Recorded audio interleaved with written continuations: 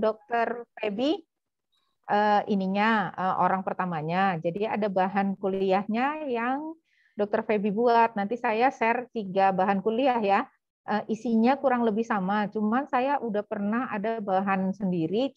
Kalau kita ngasih kuliah itu kan enakan bahan kuliah saya. Tapi kalau saya perhatiin bahan kuliahnya tuh sama sama Dokter Feby gitu. Jadi dibanding-bandingin sih kurang lebih sama gitu. Cuma kalau dosennya sendiri kan bahan kuliahnya itu yang enak kan flow-nya yang dia buat sendiri gitu. Jadi bukan karena berbeda ya, isinya sama, cuma flow-nya saja yang diatur menurut saya gitu. Jadi isinya sama persis ya. Nah, ya. Oke, kita mulai ya. Jadi kalau kita lihat kuliah yang ini nanti setengah jam pertama ini saya isi dengan pendahuluan. Kemudian oral cavity sampai esofagus. Nanti setengah jam yang berikutnya kita cerita mulai dari lambung sampai ke anus ya. Nah, jadi kalau kita lihat yang namanya saluran ya, saluran pencernaan itu isinya adalah digestive tract-nya, saluran pencernaannya, kemudian ada kelenjar-kelenjar yang berhubungan dengan saluran pencernaan. Jadi kelenjar-kelenjar tarede ya Kak? Ya, oke. Jadi kelenjar-kelenjar yang berhubungan dengan saluran pencernaan antara lain adalah salivary gland, kemudian ada liver dan ada pankreas. Nah, keseluruhan saluran pencernaan ini, nanti memiliki struktur yang sama. Jadi dindingnya tuh sama tuh ya. Mau esofagus, mau usus halus, mau usus besar, itu semuanya memiliki struktur yang sama. Ada 4 lapis ya, ada 4 lapis yang membentuk dindingnya, ada mukosa, kemudian submukosa, muscularis, serosa, dan adventitia. Serosa atau adventitia ya. Jadi ada 4 lapis keseluruhannya, tapi memang belum tentu semuanya ini well developed ya. Belum tentu semuanya ini jelas terlihat. Karena apa? Karena memang ada bagian-bagian yang nanti kurang berkembang atau nanti dia hilang gitu ya. Nah, jadi kita pelajari dulu ya tentang mukosa. Jadi mukosa ini isinya apa? Ada 3 lapisan yang membentuk mukosa, yaitu epithelial lining. Nah, epithelial liningnya ini atau epitel ini nanti dia berbeda-beda sesuai dengan organnya ya. Jadi epitelnya ini seluruhnya sih epitel gitu, tapi epitelnya ini nanti dia berganti-ganti. Ada yang stratified squamous, ada yang simple squamous gitu ya. Nah, kalau kita lihat epithelial lining ini nanti membantu kita mengidentifikasi organ yang sedang kita lihat tuh apa ya. Nah, epithelial lining yang berganti-ganti ini juga berhubungan dengan fungsinya ya. Nah, selanjutnya di bawah dari epithelial lining ini kita jumpa adanya lamina propria ya, kita jumpai adanya lamina propria. Nah, lamina propria ini merupakan loose connective tissue ya. Kalau loose connective tissue kan berarti banyak pembuluh darah, banyak limfatik, banyak limfosit, banyak smooth muscle cell. Nah, kadang-kadang bisa kita jumpai adanya kelenjar-kelenjar ya. Nah, selanjutnya di antara lamina propria itu kita jumpai adanya lapisan muscularis mucosa. Nah, muscularis mucosa ini merupakan lapisan tipis otot polos yang memisahkan antara submukosa. Ya, nah kenapa kok ada otot polos di antara mukosa? Karena nanti mukosanya harus berkontraksi. Ya, jadi kalau saluran pencernaan ini kan dia berkontraksi itu lumen di atasnya itu harus kosong gitu ya. Nah, jadi gerakan daripada muscularis mucosa itu akan menyebabkan mukosa berkontraksi, yang artinya akan mendorong seluruh isi mukosa ke arah depan, gitu ya. Nah, selanjutnya kita punya lapisan submukosa, ya di bawahnya ini ada lapisan submukosa. Submukosa ini isinya adalah jaringan ikat, ya jaringan ikat sama seperti jaringan ikat yang di lamina propria. Cuma perbedaannya lebih banyak serabutnya ya, jadi serabutnya lebih banyak sehingga nanti lebih padat ya, tetapi tetap saja banyak pembuluh darah, kemudian banyak limfatik vessel. Nah, mungkin yang paling penting lagi nggak boleh lupa bahwa ada lapisan submukosal ya, submukosal plexus atau Meissner plexus ya.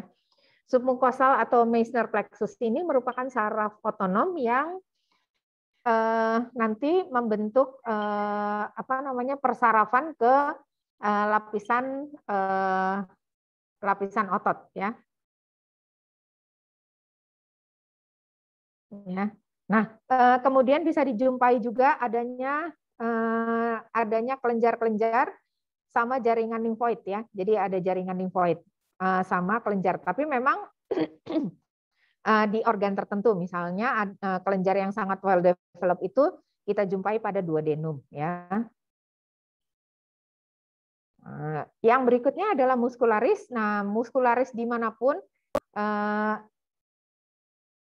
ini isinya adalah smooth muscle ya, kecuali di organ misalnya adalah di organ esofagus. Jadi esofagus itu sepertiga bagian atas sama sepertiga bagian tengah itu campuran antara otot polos dengan otot skeletal muscle. Otot yang polos ini nanti bisa membentuk beberapa lapisan ya, karena memang si otot polos ini sama seperti tadi, tujuannya adalah kontraksinya adalah tujuannya memeras saluran pencernaan sehingga benar-benar kosong pada saat dia berkontraksi ya. Nah, untuk berkontraksi nanti kita punya serabut saraf. Serabut sarafnya ini adalah serabut saraf mientericus ya, atau aurbah ya, mientericus atau aurbah. Nah, ini sama berkolerasi dengan yang ada di submukosa ya tadi ya, yang sama seperti yang ada di submukosa. Nah, keseluruhan kontraksi si saraf yang ada, keseluruhan kontraksi saluran pencernaan ini memang dikontrol oleh aurbah sama Meissner ya. Kemudian ada lapisan serosa. Nah, serosa ini merupakan lapisan jaringan ikat ya, jaringan ikat longgar dengan pembuluh darah, kemudian lymphatic vessel. Kemudian ada mesotelium juga ya, ada mesotelium juga. Nah, kalau serosa berarti selain loose connective tissue di lapisan luarnya nanti mempunyai mesotelium ya. Nah, mesotelium ini nanti unik karena nanti dia merupakan simple squamous epithelium yang nanti mampu menghasilkan cairan ya. Jadi ada cairan tipis yang dihasilkan oleh si mesotelium ya.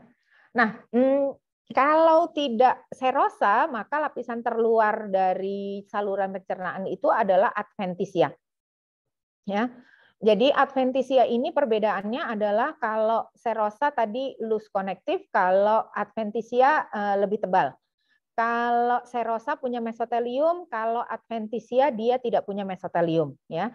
Nah, biasanya adventitia ini berbatasan ya, merupakan perbatasan antara satu organ dengan organ lain. Contoh misalnya apa?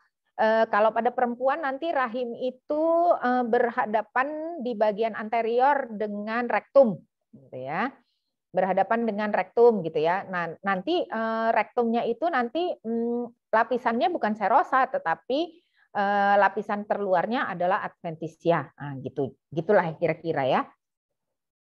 Nah, ini dia kalau kita lihat ya. Tergantung lokasinya ya. Kalau retroperitoneum ya, kalau di lapisan retroperitoneum, lapisan terluarnya ini adalah adventitia ya, lapisan terluarnya adalah adventitia. Sedangkan kalau di intraperitoneum, lapisan terluarnya adalah serosa. Serosa tadi loose connective tissue ditambah dengan mesotelium ya. Nah, ini lapisannya tadi ada secara umum ada 4 lapis, ada lapisan mukosa yang ini. Ya, lapisan mukosa nanti terdiri dari epitel, lamina propria, dan muskularis mukosa. Kemudian di bawah daripada mukosa kita punya submukosa, kemudian ada muskularis eksterna, rata-rata 2 lapis, tapi bisa saja nanti berubah-berubah ya. Kemudian nanti ada lapisan adventitia kalau memang berbatasan dengan organ langsung, ya, berbatasan dengan organ lainnya. Kemudian bisa juga serosa, ya. Nah, ini kalau tadi pakai diagram, kalau ini pakai gambaran sebenarnya, ini contohnya misalnya adalah apa ya ini? Oh, ada ininya. Berarti ini yeyunum ya. Yeyunum barangkali ya. Yeyunum. Nah, ini Anda bisa lihat ada lipatan-lipatan seperti ini. Ini adalah mukosa ya, ini adalah mukosa. Kemudian ini adalah lapisan submukosa. Kemudian ini lapisan muskularis ya, muskularis, kemudian ini adalah lapisan serosa. Yang kuning-kuningnya ini, yang kuning-kuning bercabang-cabang ini adalah lapisan sarafnya. Satu submukosal plexus ya. Satu lagi mesenteric nerve plexus atau aurbah ya. Oke, kita masuk ke oral cavity. Sampai sini ada yang mau ditanya barangkali? Masih berapa nih? Masih 10 menit, barangkali belum sulit lah ya, masih gampang-gampang. Saya lanjut aja lah dulu ya. Jadi kita masuk ke oral cavity. Oral cavity ini nanti sama seperti saluran cerna lainnya, dilapisi oleh mukosa, ya, dilapisi oleh mukosa. Kemudian mukosanya ini dilapisi juga oleh epitel. Nah, epitelnya ini udah. Tadura pindah ke sebelah. Epitelnya ini ada. Tadi sebelah. Ketemu kuncinya. Dasar nenek-nenek. Epitelnya, iya. Epitelnya adalah stratified squamous keratinized epithelium, ya. Stratified squamous keratinized epithelium kalau di daerah tertentu. Oke, Wi. Kalau di daerah tertentu, kalau di daerah lain-lain, ya, di daerah lain-lain nanti dia ngikutin ininya, kondisi di dalam ininya, di dalam mukosanya. Nah, kalau yang keratinized, stratified squamous keratinized epithelium, stratified keratinized epithelium ini dijumpai pada rongga mulut hanya di daerah tertentu. Misalnya di daerah mastikari mukosa. Mastikari mukosa ini mastikari mukosa ini di lokasinya tertentu, misalnya pada gingiva, kemudian pada palatum, ya. Kemudian ada juga yang non-keratinized epithelium, ya, non-keratinized squamous epithelium ini dijumpai pada palatum yang lunak, kemudian dijumpai juga pada bagian dalam pipi, ya, kemudian dasar mulut, orofaring dan esofagus, ya. Jadi memang walaupun mukosanya itu isinya adalah stratified epithelium, tapi stratified epitheliumnya itu ada yang mengalami keratinisasi, ada yang tidak mengalami keratinisasi. Jadi nengok-nengok lokasinya, ya. Nah, di bawah dari mukosa ini juga ada lamina propria, ya. Tetapi kalau di bawah mastikari mukosa nanti si lamina proprianya itu sangat tipis sehingga nanti apa namanya, lamina proprianya ini nyaris menghilang, ya, nyaris menghilang. Kemudian nanti ada lapisan submukosa di bawahnya, isinya adalah rata-rata adalah minor salivary gland dan lymphoid tissue. Kemudian ada struktur khusus pada oral cavity ini yang kita sebut sebagai bibir atau labium.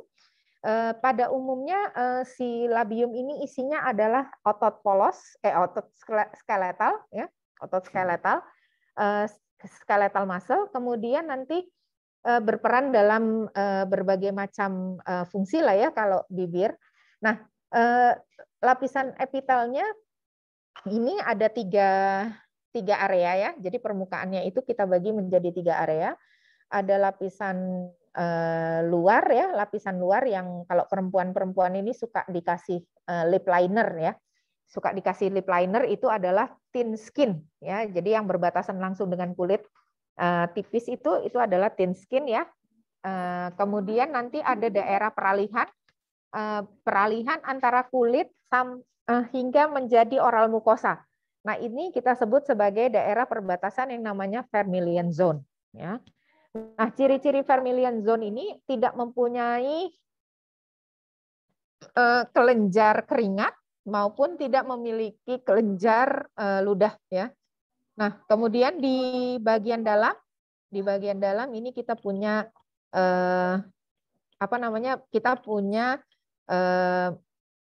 oral mukosa ya, kita punya oral mukosa. Nah, oral mukosa ini nanti memiliki penandanya adalah memiliki minor salivary gland. Mungkin kalau lebih gampang kalau kita lihat gambar ya.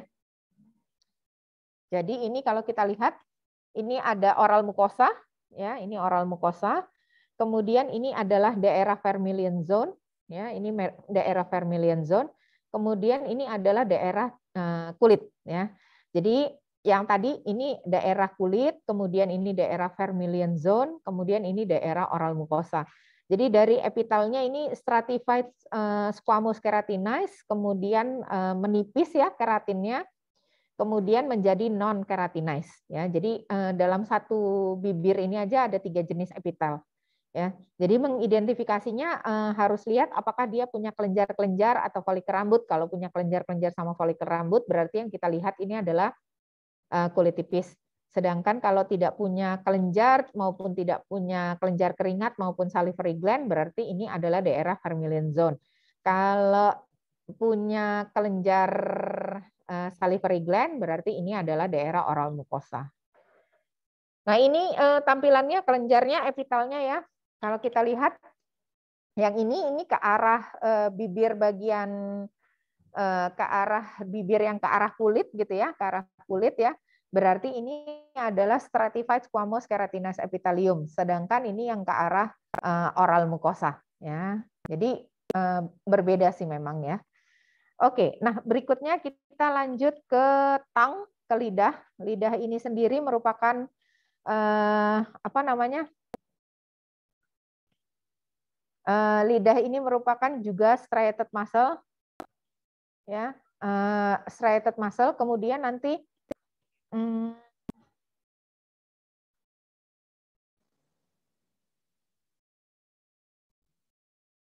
ya, Dek. Nanti striated muscle-nya ini dibungkus oleh epitelium ya, dibungkus oleh epitelium. Nah, epiteliumnya ini nanti memiliki apa namanya? Memiliki bagian permukaan ya yang berbeda-beda. Jadi 2/3 di bagian anteriornya ini, 2/3 anterior pembungkus si striated muscle ini adalah stratified squamous ya, non keratinized epithelium, tetapi banyak sekali mengandung tonjolan-tonjolan yang kita sebut sebagai papil ya. Jadi di 2/3 anteriornya ini ada tonjolan-tonjolan di permukaannya yang kita sebut sebagai papil. Nah, papil-papilnya ini menyebabkan daerah si 2/3 anterior ini kita sebut sebagai papillary area. Ya, sedangkan 1/3 di bagian belakang, di bagian posterior atau di bagian dasar daripada lidah ini kita sebut sebagai lingual tonsillar area. Kenapa tonsillar area? Karena di daerah 1/3 posterior itu banyak mengandung lingual tonsil. Ya. Nah, jadi memang isinya cuma striated muscle, tapi dibungkus oleh epitel. Epitelnya itu ada beberapa area ya, ada yang menonjol-nonjol di bagian 2/3 anterior, ini kita sebut sebagai papillary area.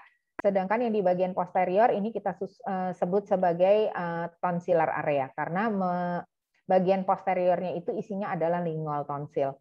Nah, perbatasan antara anterior dengan posterior ini kita sebut sebagai sulcus terminalis ya. Ya. Nah, yang si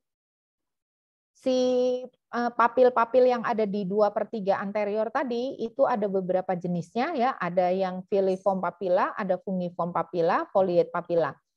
Kemudian ada satu lagi nanti circumvallate papilla.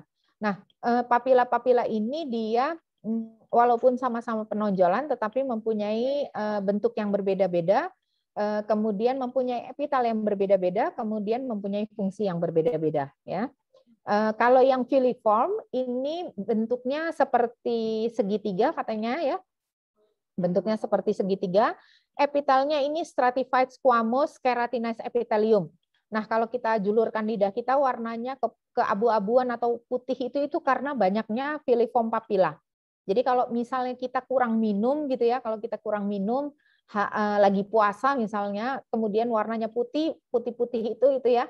Itu karena produksi saliva kita berkurang sehingga nanti terjadi kekeringan dari keratinnya sehingga warnanya terlihat warna putih gitu ya. Jadi keratin yang ada di lapisan epitelnya warnanya putih gitu. Kemudian ada fungiform papilla, namanya sudah fungiform, katanya bentuknya seperti jamur ya. Kemudian ini epitelnya mengalami keratin, tetapi keratinisasinya tuh ringan ya, sedikit saja keratinisasinya. Kemudian nanti mengandung yang namanya taste bud ya. Jadi kalau filiform papilla ini tidak punya taste bud, tapi kalau fungiform dia punya taste bud. Kemudian kalau foliate papilla ini tonjolan-tonjolan di samping kanan kiri lidah ya. Ini apa namanya tidak berkembang ya, tidak berkembang pada manusia, apalagi pada orang-orang tua ya. Yang ini yang terakhir, tipe yang terakhir, papila yang terakhir ini adalah papila falata atau circumvallate ya, circumvallate papila. Ini papila yang ukurannya besar, katanya ukurannya 1 sampai 3 mm, jumlahnya tertentu ya 8 sampai 12 papil ya. Terletak di bagian depan daripada terminal sulcus. Kemudian dia isinya sama sih, juga epitel-epitel, tetapi nanti dia mengandung cairan serus yang namanya mengandung kelenjar yang nanti menghasilkan cairan serus yang namanya adalah von Ebner gland ya. Jadi ada kelenjar salivary gland, minor salivary gland yang namanya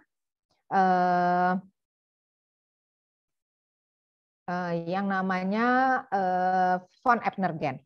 Nah, sekresi si von Ebner gland ini kan cairan serus ya, gunanya adalah selalu mencuci kuncup kecap ya. Jadi siapa namanya sekresi dari von Ebner gland ini cairannya encer, kemudian mengandung lipase, sehingga nanti kalau kita makan apa namanya makan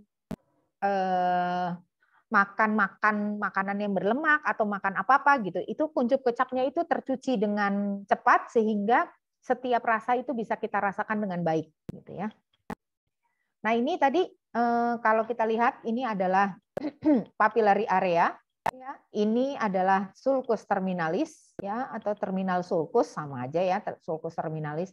Ini adalah tonsillar area, ini masing-masing ini adalah palatin tonsil, lingual tonsil ya. Jadi yang bulat-bulat ini adalah lingual tonsil. Ini sulcus terminalis, ini adalah tonsillar area, papillary area. Yang ini adalah circumvallate papilla ya, papilla circumvallate ya. Inilah dia circumvallate papilla. Sedangkan yang ini adalah foliate papilla yang di bagian samping kanan kiri. Kemudian ada tonjolan-tonjolan ini ya, ada papillary, ada filiform papilla, kemudian ada yang fungiform papilla. Nah, ini dia kalau kita lihat masing-masing ada apa namanya? Ada filiform papilla. Nah, kalau kita lihat di bawah daripada epitelnya ini kita jumpai adanya striated muscle atau skeletal muscle ya. Kemudian banyak kelenjar-kelenjar salivary ya, ada kelenjar-kelenjar salivary. Nah, ini jaringan-jaringan ikat dengan lemak ya. Nah, ini ya perbedaannya nih, ini circumvallate. Nah, yang putih-putih ini adalah gustatory bud atau kuncup kecap. Yang ini adalah filiform papilla, yang paling banyak itu adalah filiform papilla, sedangkan yang ini bentuknya adalah fungiform papilla ya. Nah, ini yang circumvallate ya. Jadi ini yang taste bud-nya ya, seperti ini. Ini jaringan submukosanya. Submukosanya itu banyak mengandung lymphoid tissue ya. Wajar karena apa? Karena ini kan pintu masuknya, jadi pasti banyak kuman-kuman di dalam rongga mulut ini. Maka dia maka dia banyak mengandung jaringan konektif jaringan lymphoid ya. Nah, taste bud sendiri itu merupakan struktur khusus yang isinya adalah 50 sampai 100 sel.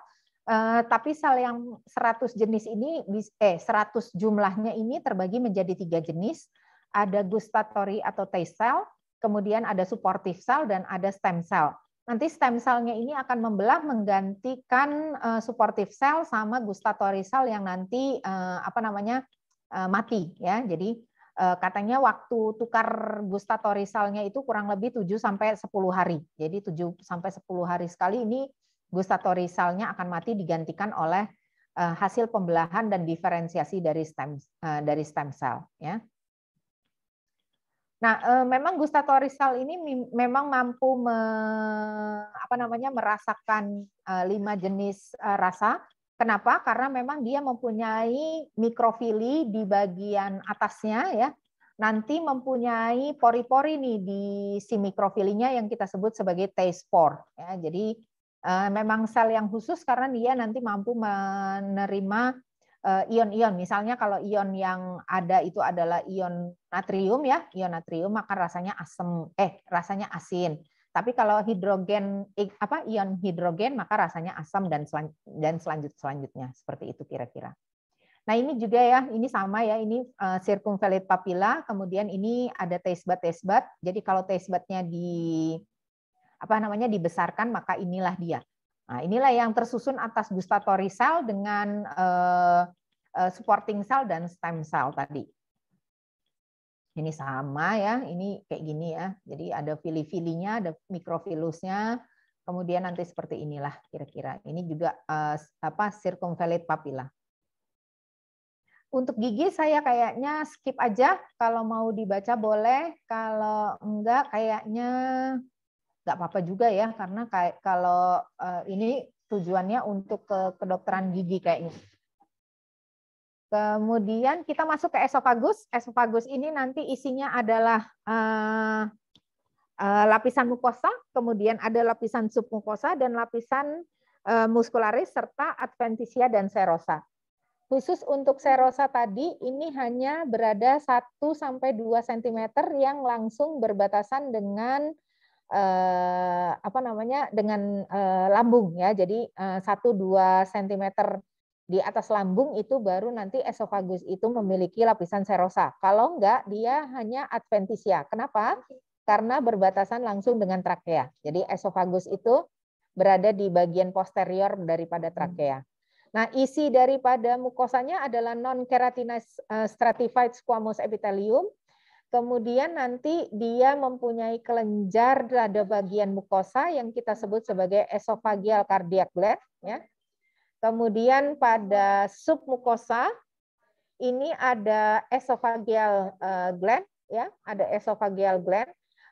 Kemudian nanti ada jaringan ikat juga, ya. Hasil sekresi dari esophageal gland ini adalah mukus.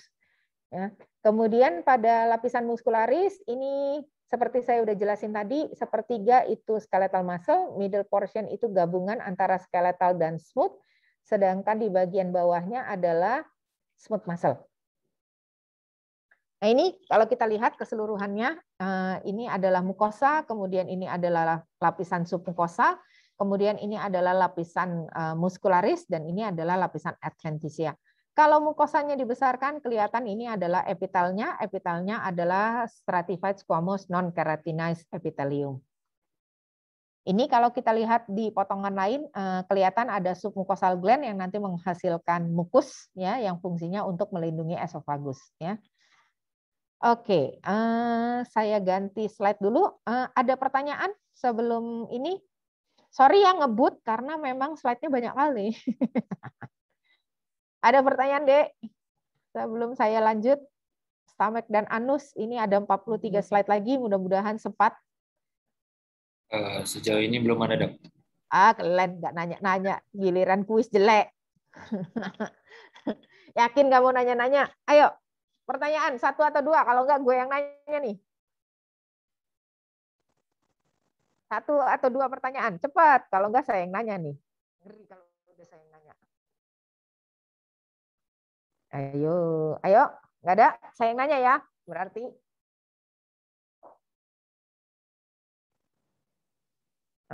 Kathy, ada Kathy? Isi, Dok. Yes.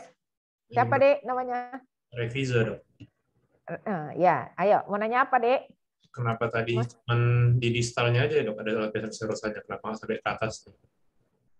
Karena dia kan di bagian atas itu masih berbatasan langsung dengan trakea. Kalau berbatasan langsung dengan trakea kan dia epitelnya nanti lapisan terluarnya ya adventitia. Tapi kalau udah ke bawah itu kan dia mau menembus ke rongga peritoneum kan, maka dia berganti menjadi serosa.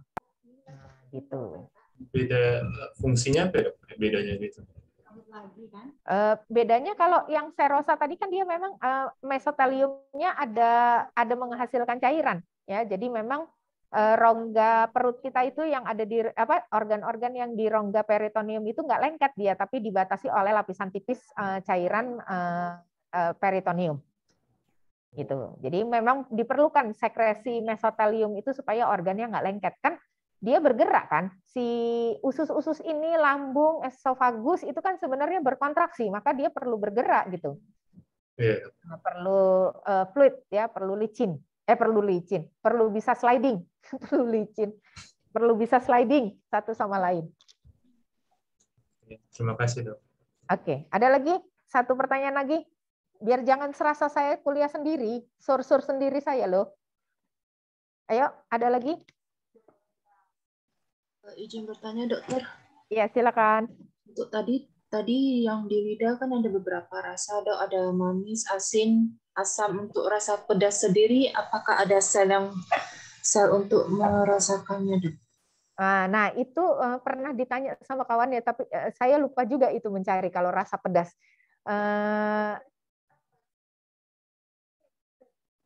Oh, jadi ini saya kebetulan ngasih kuliah sama dokter Eka, di depannya ada dokter Eka. Kalau kata dokter Eka, menurut fisiologi itu kalau pedas itu jadinya pain sensation. Karena di lidah itu sendiri kan dia punya ujung saraf bebas. Jadi yang terangsang itu bukan gustatory cell-nya, tetapi pain stimulus yang ke free nerve ending yang ada di lidah. Jelas? Jelas, Dok. Iya. Kenapa suka makan pedas ya? Iya, Dok. Atau kamu mulutnya pedas, judes gitu ya? Oke, saya lanjut ya. Oke, selanjutnya kita masuk ke stomach ya, ke lambung. Seperti tadi esofagus itu juga mempunyai 4 lapis, maka si stomach ini juga mempunyai 4 lapis. Nah, secara umum dia punya 4 daerah ya, 4 daerah yang kita sebut sebagai cardia, fundus, body, and pylorus. Nah, sebenarnya pembagian cardia, fundus, body, and pylorus ini untuk memudahkan kita ngafal ya.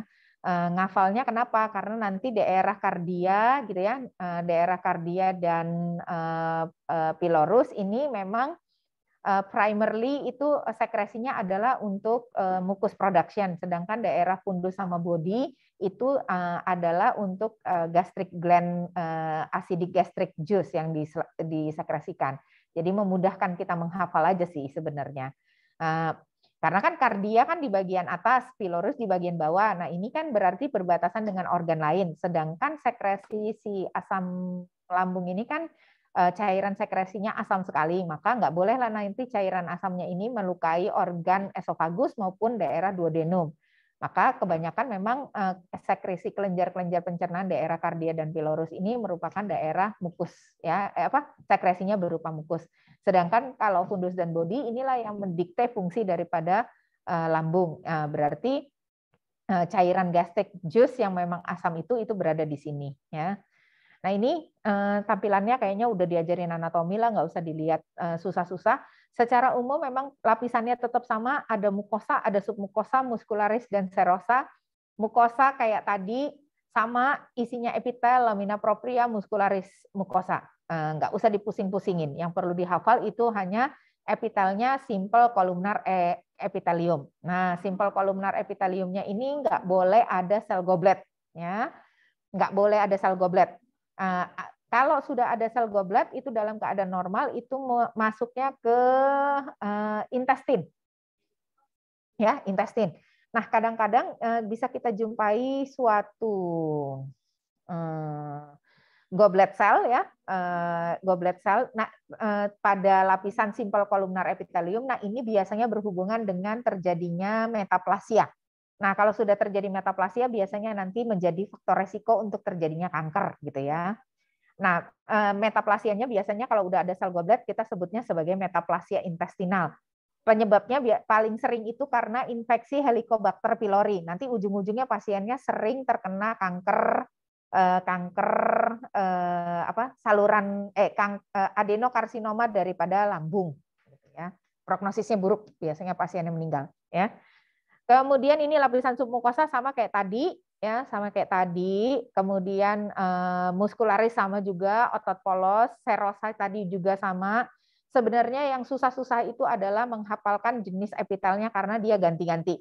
Kalau lamina propria, muscularis mucosa, submucosa, muscularis sama serosanya itu kurang lebih sama. Ya, nanti yang berganti-ganti itu hanya di lapisan epitelnya.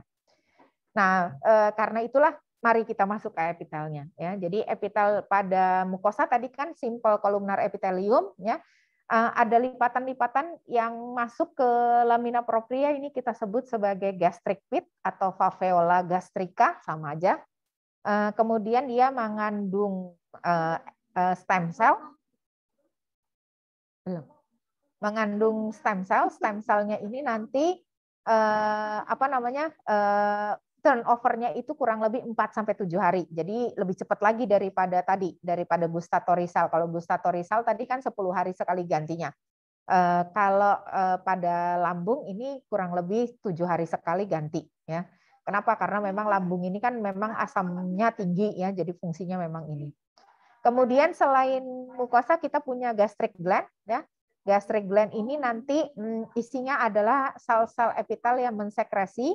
Kemudian nanti sebaran sel-selnya ini nggak sama, ngikutin tadi kalau gastrik daerah kardia lain, daerah pylorus mirip sama daerah kardia, sedangkan daerah fundus mirip sama body, gitu ya. Ini sama. Nah ini dia tadi ada lipatan ini, ya, ada lipatan-lipatan ini yang kita sebut sebagai lipatan Ruge fold, ya, lipatan Ruge. Kemudian kalau dilihat ini adalah submukosa, ini adalah muscularis externa, sedangkan ini adalah serosanya. Nah, yang gastric pit itu adalah lipatan epitelnya ini, ya. Epitelnya ini kelihatan simple columnar epithelium tanpa sel goblet, ya. Ingat kalau udah ketemu sel goblet berarti itu udah suatu metaplasia intestinal yang berada di lambung, ya. Nah, ini ada kelenjarnya di lapisan mukosanya, ada di lapisan mukosanya ada kelenjar ya, kelenjar gastric gland. Nah, memang kalau kita lihat berarti selnya ini macam-macam gitu ya. Sel yang membentuk gastric mucosal cell ini macam-macam, mulai dari surface mucosal, ya, surface mucosal, kemudian ada mucus nexal. Ini keduanya sama-sama menghasilkan mukus, tetapi perbedaannya kalau yang surface mucosal itu sekresinya itu sangat alkalin, sedangkan kalau mucus nexal ini lebih tidak alkalin, ya. Kemudian ada parietal cell atau oxyntic cell, nanti ini menghasilkan hydrochloric acid sama intrinsic factor, ya. Kemudian nanti ada chief cell, ini menghasilkan pepsinogen yang nanti akan dirubah menjadi pepsin.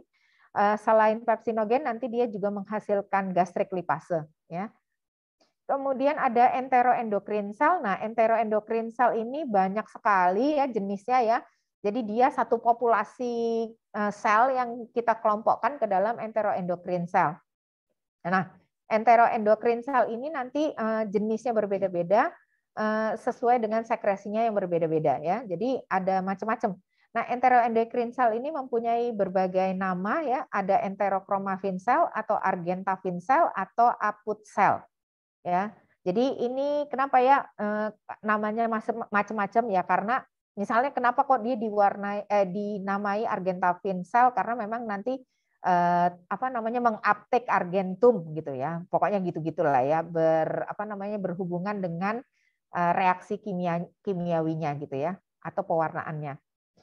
Nah, ini kurang lebih turnover-nya ya, fungsinya dikaitkan dengan waktu turnover-nya. Yang paling lama itu parietal cell, ya. Ya, hidupnya kurang lebih 200 hari. Yang paling cepat itu adalah yang surface lining cell sama mucus nexal, ya. Ya, karena memang fungsinya untuk menggantikan terus menjaga gitu ya, terus menjaga permukaan lambung tadi. Nah, ini sebarannya. Ya, ini sebarannya surface mucosal. Kemudian ini ada mucus nexal, ya, memang berada di leher dari kelenjar. Ini kelenjar lambung, ya. Ini kelenjar lambung. Ini surface mucosal, ya. Kemudian nanti ini ada mucus nexal. Kemudian nanti ada parietal cell. Jadi parietal cell itu sitoplasmanya lebih merah kalau kita lihat dengan hematoxylin eosin ya. Kenapa? Karena isinya kan asam, maka dia akan menyerap eosin ya. Kemudian nanti ada chief cell ya, chief cell yang mensekresi ini letaknya di bagian bawah-bawah sini ya. Ya. Kemudian nanti ada G cell ya yang menghasilkan gastrin. Nah, kalau kita lihat ya kayak ginilah kira-kiranya ya. Nah, ini yang enteroendokrin yang tadi saya jelaskan bahwa dia sebenarnya merupakan satu kelompokan sel, memang ada macam-macam misalnya dan sebarannya namanya itu berganti-ganti sebenarnya bukan enteroendokrin sel tapi macam-macam. Ada D cell, ada enterochromaffin cell, ada G cell gitu ya, tergantung distribusinya. Misalnya tadi kalau yang di pylorus itu ada D cell sama ada G cell ya. Nanti sekresi daripada G cell ini adalah gastrin. Kemudian kalau yang di sel yang ada di pylorus ini sekresinya adalah somatostatin. Ya, jadi pokoknya dia berhubungan dengan lokasinya. Jadi terpaksa dihafal lah ini. Ya, terpaksa dihafal lah ini, ya kan? Terpaksa dihafal. Misalnya kalau di duodenum, ya duodenum berarti ini ada K cell ya. K cell ini nanti menghasilkan gastric inhibitory polypeptide. Nah, gitu ya. Nah, jadi ganti-ganti. Kalau di small intestine misalnya ada MO cell, ini adalah menghasilkan motilin. Jadi dia sebarannya ganti-ganti, tapi kelompokannya termasuk ke dalam enteroendokrin cell. Namanya individual selnya ngikutin lokasinya, gitu ya. Sekresinya berbeda juga tiap masing-masing sel, tapi dia satu populasi. Oke, saya masuk ke small intestine. Waktu saya tinggal berapa menit? Masya Allah, tinggal 12 menit. Small intestine ini terbagi 3 menjadi duodenum, yeyunum, dan ileum ya, ada 3 segmen. Secara umum dia mempunyai lipatan-lipatan. Ya, small intestine ini mempunyai lipatan-lipatan. Lipatan-lipatannya ini yang paling besar pertama adalah lipatan mukosa dengan submukosa yang kita sebut sebagai plica circularis. Plica circularis ini sebenarnya ada di mana-mana, tapi paling dominan dan paling gampang diidentifikasi ini di yeyunum. Sehingga kalau ujian histo nanti keluarnya adalah plica circularisnya, itu menandakan bahwa organ yang sedang kita lihat adalah yeyunum. Ya. Nah, turun ke bawah, tadi kan lipatan mukosa bersama dengan submukosanya. Turun ke bawah kita punya lipatan lagi yang berasal dari lipatan epitel, ya, lipatan-lipatan daripada epitel. Nah, lipatan epitel ini kita sebut sebagai villi, ya. Nah, biasanya villi-villi ini dilapisi oleh simple columnar epithelium, ya, dilapisi oleh simple columnar epithelium. Nah, sel yang menyusun simple columnar epithelium ini adalah sel kolumnar yang kita sebut sebagai enterocyte dan ada juga sel goblet. Nah, di antara villi-villi ini kita bisa jumpai adanya intestinal gland atau crypt of Lieberkühn. Ya, jadi di antaranya itu adalah lipatan-lipatan daripada kelenjar. Kayak tadi lipatan lipatan pada lambung tadi kan kita nyebutnya foveola gastrica, tapi kalau pada villi ini kita sebutnya sebagai intestinal gland atau crypt of Lieberkühn. Ya, nah inilah dia villi, ya ini villi-villinya, lipatannya yang dilapisi oleh dilapisi oleh epitel, ya lipatan-lipatan yang dilapisi oleh epitel. Katanya seperti jari-jari, ya jadi simple columnar epithelium ya kan melipat-lipat seperti ini adalah villi. Ya. Kemudian ini epitelnya inilah enterosit, ya enterocyte, sedangkan yang putih-putih ini adalah sel gobletnya. Nah, kalau udah kayak ngelihat ada kelenjar-kelenjar, ada putih-putihnya, kita tahu ini bahwa ada berada di usus, gitu ya, berada di usus. Gitu. Nah, kalau dibesarkan nanti kita punya satu lipatan lagi yang berada di sel epitel, ya di permukaan sel epitel yang kita sebut sebagai mikrovilli. Jadi lipatan-lipatan ini tujuannya adalah untuk meningkatkan luas permukaan absorpsi, ya. Jadi kalau di tingkat sel ini ada lipatan mikrovilli, di tingkat epitel ini kita punya villi, ya ada lipatan villi. Sedangkan kalau di tingkat lapisan, ya berupa lipatan mukosa sama submukosa kita punya plica circularis. Ya. Nah ini adalah plica circularisnya ya, ini plica circularis. Ya, ini fili-filinya nih. Yang masing-masing ini yang tonjolan seperti jari-jarinya ini adalah fili. Kalau dibesarkan lagi kita punya tonjolan epitel yang namanya mikrofili. Nah ini dia Yeyunum, contohnya adalah Yeyunum, ada plica circularis, sedangkan yang tonjolan masing-masingnya ini kita sebut sebagai fili. Nah ada sel-selnya yang melapisi tadi epitelnya. Yang dominan memang namanya adalah enterocyte. Enterocyte ini kegunaannya adalah untuk absorptive cell. Inilah yang memiliki mikrofili pada permukaannya. Ya, jadi katanya setiap enterocyte itu punya kurang lebih 3.000 mikrofili. Ya, jadi mikrofili, fili sama plica circularis itu meningkatkan permukaan mukosa daripada usus halus sehingga nanti bisa kurang lebih areanya kurang lebih 200 meter persegi. Ya, satu rumah RSS ini kayaknya 200 meter persegi kurang lebih. Ini diagramnya plica circularis, fili sama mikrofili. Nah ini enterocyte kalau dibesarkan ya di daerah mukosanya ini adalah enterocyte, kemudian ini adalah sel goblet ya. Jadi ini kelihatan ada mikrofili-mikrofilinya ya. Kalau goblet cell fungsinya adalah untuk menghasilkan mukus, kemudian masih juga kita jumpai adanya sel panet. Sel panetnya ini dijumpai pada di bagian basal daripada intestinal crypt, nanti menghasilkan lisozim sama fosfolipase A2 dan defensif. Ya, defensif. Masih dijumpai juga adanya enteroendokrin cell dan ada microfold cell. Nah, microfold cell ini berada di atas daripada lymphoid follicle, ya, berada di antara epitel yang melapisi lymphoid follicle, atau berada di antara epitel yang melapisi Peyer's patches. Ya. Oke, ini sama ya. Ya. Jadi mukosanya isinya apa? Simple columnar epithelium dengan fili, ya. Kemudian ada goblet cell-nya bersama dengan panet cell, bersama dengan M cell, bersama dengan enteroendocrine cell. Nah, gitu ya. Lamina proprianya apa? Ya sama, otot polos, ininya aja yang berbeda-beda, ya. Nah, untuk submukosa ya, untuk submukosa yang berbeda itu hanya pada duodenum, karena di duodenum ini kita punya ada duodenal gland atau Brunner gland. Sedangkan kalau pada ileum ini yang khusus adalah adanya limfoid agregat yang kita kenal sebagai Peyer's patch. Ya. Kalau muscularis serosanya, muscularis proprianya dengan serosanya itu sama. Ya, kalau kita lihat ini adalah submucosal gland ya. Ini kalau ketemu submucosal gland seperti ini berarti adalah duodenum. Sedangkan kalau seperti ini kita punya lymphoid follicle yang banyak, ini berarti adalah ileum. Ya. So ini adalah duodenum, ini adalah ileum. Ya. Ini sama gambarannya. Kemudian ini apa namanya mesenteric plexus ya. Jadi ini adalah lapisan ototnya, otot polos. Jadi si mesenteric plexusnya ini berada di antara lapisan otot. Terakhir mungkin large intestine. Large intestine ini sama isinya adalah mukosa, kemudian muscularis, kemudian serosa. Ya, jadi kalau kita lihat memang seperti ini ya.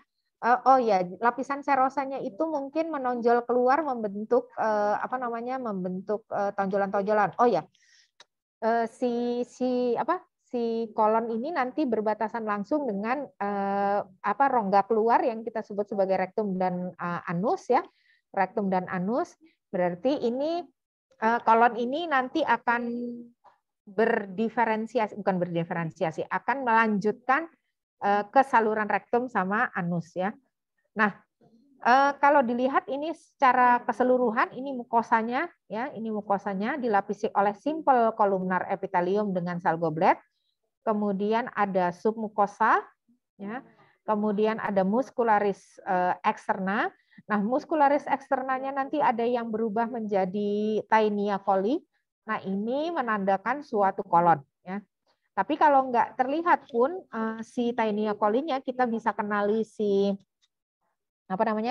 kenali si kolon ini dari banyaknya sel goblet yang membentuknya ini. Ya.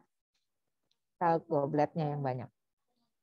Selnya ada beberapa ya, sel kolon mukosal sel ini ada beberapa. Yang pertama adalah kolonosit ya. Kolonosit memang dia mempunyai mikrofili, tapi mikrofilinya juga irregular. Kemudian sel yang kedua adalah sel goblet ya, menghasilkan banyak sekali mukus. Kemudian kalau kita lihat ini keseluruhan lapisannya ya. Sama mukosa, submukosa, muscularis dan serosa. Mukosanya tadi isi selnya adalah absorptive cell ya atau kolonosit, kemudian ada goblet cell. Nah, ini seperti ini ya. Ini adalah sel gobletnya ya, sel gobletnya. Sedangkan yang ini sel gobletnya, sedangkan yang ini adalah kolonosit. Ya, ini submukosa, kemudian muscularis externa. Oke, mungkin appendix terakhir. Ini appendix ini dia masuk sebagai organ limfoid ya. Ya, organ limfoid secara umum dia tetap saja bagian daripada intestin ya. Tetapi memang fungsinya bukan untuk pencernaan tetapi lebih ke limfoid organ ya. Itu sebabnya dia banyak sekali mengandung limfoid tissue di bagian submukosanya ya. Jadi submukosanya itu banyak sekali mengandung lymphoid follicle. Ya. Nah, kalau anal kanal ini di rectoanal junctionnya. Jadi kalau dari rektum nanti dia masih simple columnar epithelium, tetapi kalau sudah ke rectoanal junction ini dia berubah menjadi stratified squamous epithelium. Kalau masih di dalam, di bagian dalam itu masih stratified squamous non-keratinized epithelium. Tetapi kalau sudah keluar, ya, kalau sudah keluar itu berbatasan dengan dunia luar itu dia menjadi stratified squamous keratinized epithelium. Nah ini ya. Jadi kalau ini daerah sini yang ditunjuk, ini berarti masih rektum, sedangkan kalau yang ini sudah anus, ya. Ini epitelnya stratified squamous non-keratinized epithelium, sedangkan kalau yang ini adalah simple columnar epithelium dengan sel goblet. Ini sama ya, jadi kalau ini daerah anus, sedangkan kalau ini daerah rektum. Ini ringkasannya barangkali demikian, Dek, yang bisa saya berikan. Mungkin waktunya habis. Tinggal 1 menit. Ada pertanyaan barangkali? Bahan kuliahnya nanti saya kirim ke Komting ya? Iya, Dok. Saya kirim 3 ya, Hasian ya. Entah yang mana yang mau kalian pelajari, sama ajanya itu isinya. Nanti kalau nggak percaya, tinggal baca aja lagi sama Dr. Feby. Punya, sama itu, isinya itu juga. Cuma saya pendekatannya menjelaskan dari mukosanya, kemudian selnya apa gitu. Selnya per masing-masing apa gitu. Gitu ya. Oke lah, saya capek. Oke lah, saya rasa demikian. Mohon maaf terburu-buru, bukan karena saya yang buat, tapi karena memang hanya dikasih waktu 1 jam untuk sekitar berapa ya, 90 slide-an ya. Ya, itu ya. Yang pertama 50, yang kedua 45 kan, 90 slide. Jadi kurang lebih mohon maaf. Demikian saja, saya rasa. Ada pertanyaan barangkali? Enggak? Nggak ada, ya udah. Oke, terima kasih adik-adik atas perhatiannya. Saya kirimkan nanti ininya ya. Assalamualaikum warahmatullahi wabarakatuh. Waalaikumsalam. Terima kasih, Dok.